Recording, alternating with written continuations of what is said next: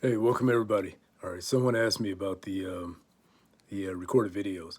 Well, I mentioned it to them that they're what they say is a library of videos. These are free to see, so you don't have to be a member or anything like that. You see the link, connect with them through the tour link. They'll send you a link, and you'll be able to see these. This is the reason that the company's growing so fast.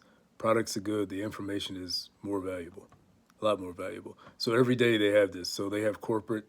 Monday is that would be today. Monday is the products. Tuesday content creators. Wednesday is marketing. Thursday is corporate. This is what's coming up. Friday is another corporate. This is what's coming up. This is what we're doing. This is how it's going. This is how members are growing. And that's wait. Someone asked me about immunity. So let's see what we get. I think confused and overwhelmed when there is this sort of like chronic low-grade inflammatory response. It's just chronic, and that can be due to a lot of things related to lifestyle, but probably number one of them being just a overweight body would start that cascade. Sure. So someone that's sedentary, that's grossly overweight, is going to start that process and accelerate that process a lot faster than someone that, say, is focused on a kind of an ideal body weight. Yeah, definitely. Yeah, so we'll talk about obviously the supplements that we recommend that really address the inflammation to the immunity link, Right. as well as lifestyle factors. We're always going to put those in there because you have to understand it's more than just one thing, right? You can't just do one little part. You got to do all the work. Really important. So if you think about inflammation, I feel like you say this often. Like inflammation in itself is not bad, right? There's good inflammation. It's good and bad, yeah. Example of the good inflammation, I feel like you always use about the cut. Like if you cut. Yeah, cuts and scrapes, of course. That's a pretty obvious one. The flu is another one. I mean, there's plenty of examples of when the immune system is super dormant, basically, and just waiting, and then there's an offense or an insult, and the body goes, but bam, here, this is how we fix this problem. Right. Fixes the problem. Yes. Yeah, that's the acute inflammation. It's Sure. protection, it's healing. That's right. It's supposed to be there. What we're talking about with inflammation is the chronic inflammation, is which can 100% equals immune dysfunction. That's the pathway. So when inflammation never turns, chronic, it never turns off, constantly inflamed, and there's many times that you don't necessarily feel this chronic inflammation. Yes, you can. You can experience it in joint pain, inflammation. There's certain things, but you don't always get these like bold red flags or like this is inflammation going on. So it can be silent, Sure. which is you have to be doing this stuff to make sure you're keeping that inflammation internally down. There are inflammatory markers you can get on blood tests and stuff like that, which we are very big advocates about knowing your numbers, knowing what's going on, because you might look the part on the outside, but you really don't know what's going on the inside. So it's really important to know your numbers. Yeah, there's a number of markers that people should be able to get tested. They've heard of cortisol. There's cortisol, there's C-reactive protein, there's the interleukins, there's, even looking at insulin levels, your A1C, so your average blood glucose. If you're pre-diabetic, diabetic, of course you already know that your body is in an elevated immune response. Yeah. Which leads to a lot of autoimmune disorders too, believe it or not. A lot of I don't know if you're going to talk about that today or No, not. but I'm glad you did, Yeah, because it gets there, right? It gets down to the psoriasis and the eczema. It gets down to some of the rheumatoid arthritis. It gets down to it's a little harder in the type 1 diabetes, because sometimes that has a more unknown etiology, right? Like a kid, right? It's not overweight or whatever, and how does that happen? But yeah, no, it's very common. I actually get the emails asking about like what to do for like eczema and psoriasis, because so many people go straight to like, what can I put on topically? And I'm not saying topical stuff is not helpful, but what is the root cause of that? It's inflammation, right? So yes, the inflammation drives this autoimmunity because it really affects your immune system. So when inflammation never turns off, that's the chronic inflammation we're talking about. Your immune system signaling becomes confused. Your immune cells become exhausted, right? So they're definitely not going to be helping you. The body stays in a constant like threat state, and illness becomes easier, and recovery becomes much harder. It's easier, yeah. Right? So you strong immune system on a chronically inflamed body. I want you to understand that. So again, we're just highlighting the link between this chronic inflammation and weakened immunity. Are you trying to scoot over? No, you're good.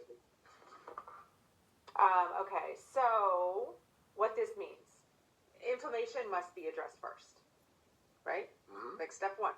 And I don't like saying steps because I don't want you to always think about we need to do this and then we need to do that. But you have to address this chronic inflammation. It's typically, like we talked about, root cause between autoimmunity, yes, frequent infections, hormonal imbalances, brain fog, chronic fatigue, gut dysfunction, joint and muscle pain. That's a common one that inflammation shows up at. You feel it in your joints, but you don't always feel the other stuff. You don't always, maybe you feel tired, but you don't realize you have chronic fatigue. Maybe you don't even notice that you have the brain fog. You just kind of chalk it up to like, this is what's happening. But all that points to signs of chronic inflammation. So your immune system in these states becomes overreactive, overreactive, but ineffective, right? So like it's just not going to do anything. Think of it like this. I have this analogy. The autoimmune system stuck in inflammation is like a fire alarm that never shuts off, right? That's a big deal, right? Yeah. Imagine if there was a fire alarm never shutting off. I mean, that's what's going on inside. So you need to make sure you're taking care of yourself. So pulling in some supplements that we did that help. Our foundational 5-pack. I mean, it's a wonderful pack, and this is like your base layer. You have to be focusing on this. And in your foundational 5-pack, we have our multivitamin men's or women's. We have our vitamin D3, K2, ultra magnesium complex, factor 4, and our probiotic gut support. These are extremely important. Think of this as your base layer. Got to be doing this. Your multivitamin supplies those essential immune cofactors, supports antioxidant defense. Basically your immune system can't function without the raw materials.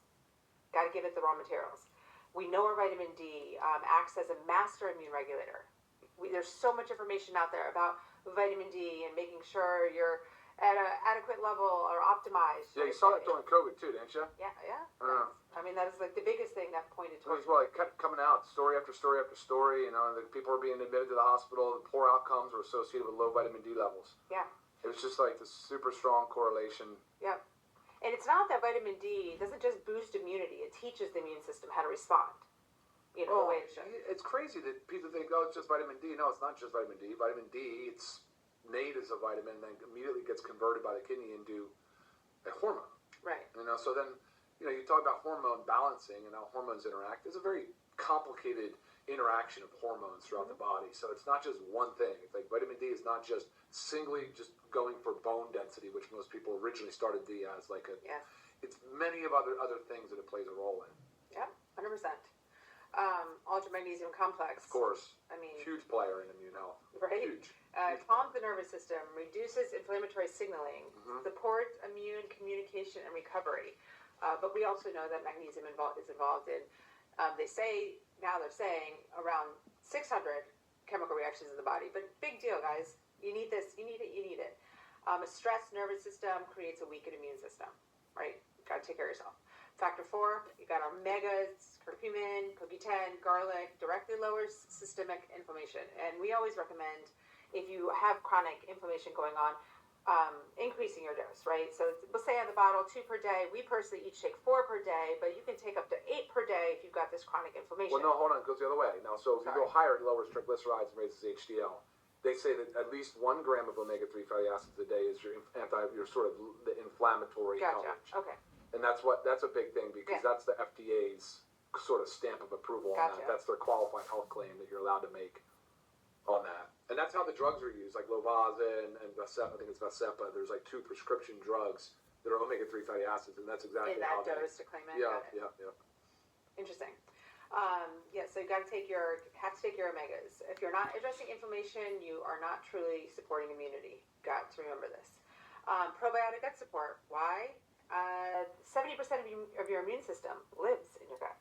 That's a big deal. So I feel like I don't even need to go into any more details. And just knowing that you have to have a diverse, healthy gut microbiome, right? Supports immune tolerance, inflammatory control. I mean, very, very important. And I always say this. Integrity. Yes, and I always say this with probiotics. I feel like so many people think that if they don't feel things going on in their stomach, maybe they don't feel bloating or diarrhea or Right, constipation, they think that their gut is fine. Yeah. But it's not necessarily. Like if you really want to know, do the gut test, do a stool sample, and see what kind of microbes are in there, what the imbalances are. But I promise you, you're going to have some dysbiosis going on. So we really need to make sure we are taking care of our guts.